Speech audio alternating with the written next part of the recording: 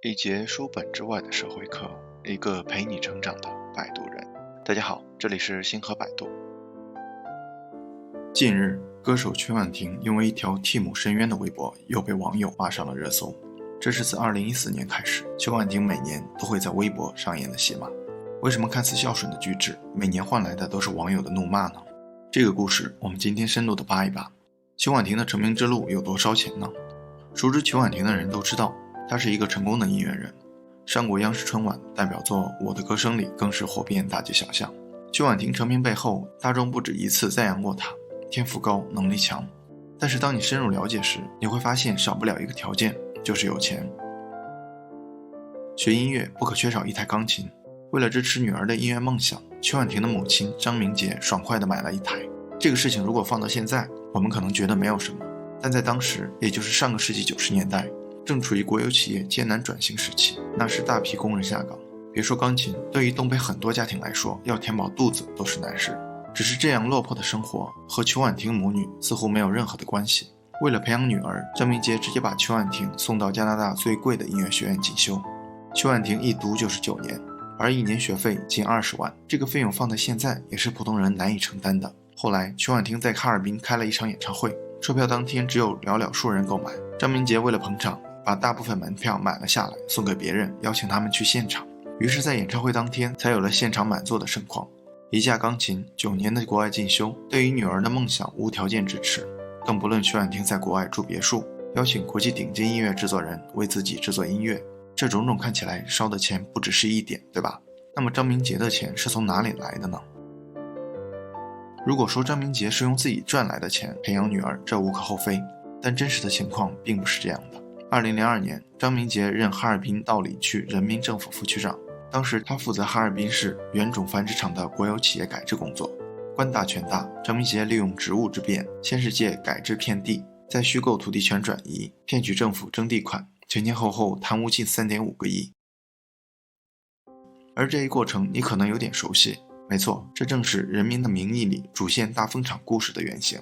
曲婉婷的母亲张明杰也正是电视剧里高小钱的原型，而且真实的事件远远比电视剧凄惨得多。在张明杰贪污的3.5个亿里，其中还有一笔高达1100多万元的钱，是当时政府下发给556名下岗员工的安置费，他毫不犹豫地把这笔钱吞进了自己的口袋里。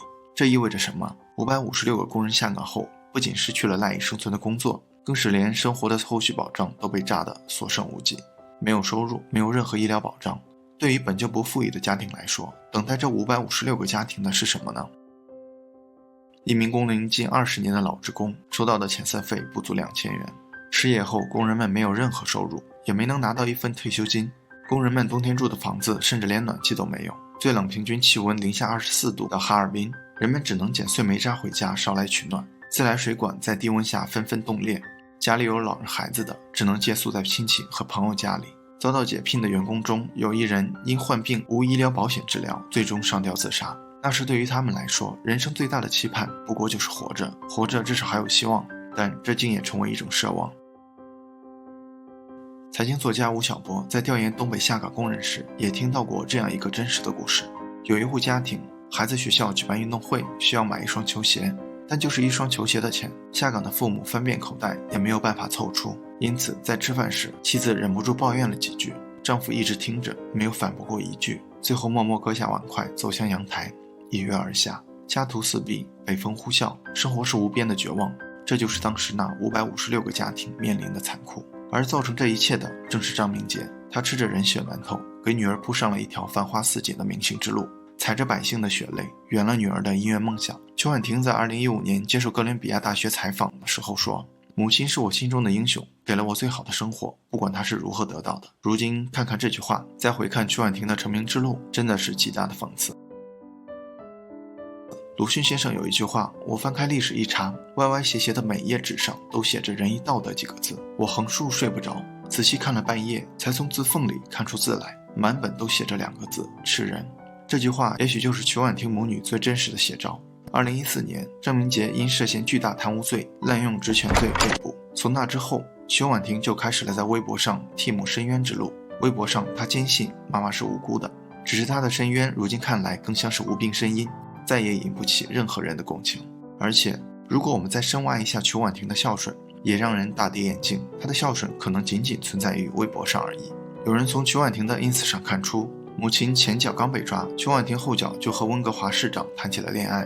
之前还说为了母亲每天以泪洗面，转过来就和市长游山玩水，秀恩爱到飞起。母亲被羁押2周后，曲婉婷去加州参加某时装品牌的开业仪式，3个月后去温哥华看冰球比赛，半年后去夏威夷潜水。在母亲被关押1周年时，她在四处游山玩水；被关押2周年时，她在海边划游艇；3周年时在骑水上摩托；4周年时在迈阿密冲浪。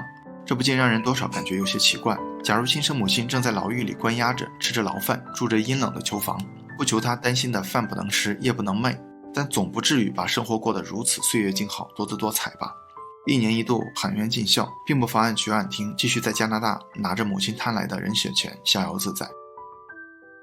星河之前的一期视频中提到，坏人更容易得到，这里也再一次被印证。但我想公道自在人心，无论张明杰怎么狡辩，无论曲婉婷怎么喊冤，法律定会彻查到底，揭穿曲母的丑恶罪行，也还556个家庭迟来的公道。最后也希望朋友们转发分享，让更多的人看到这一事实，感谢你们。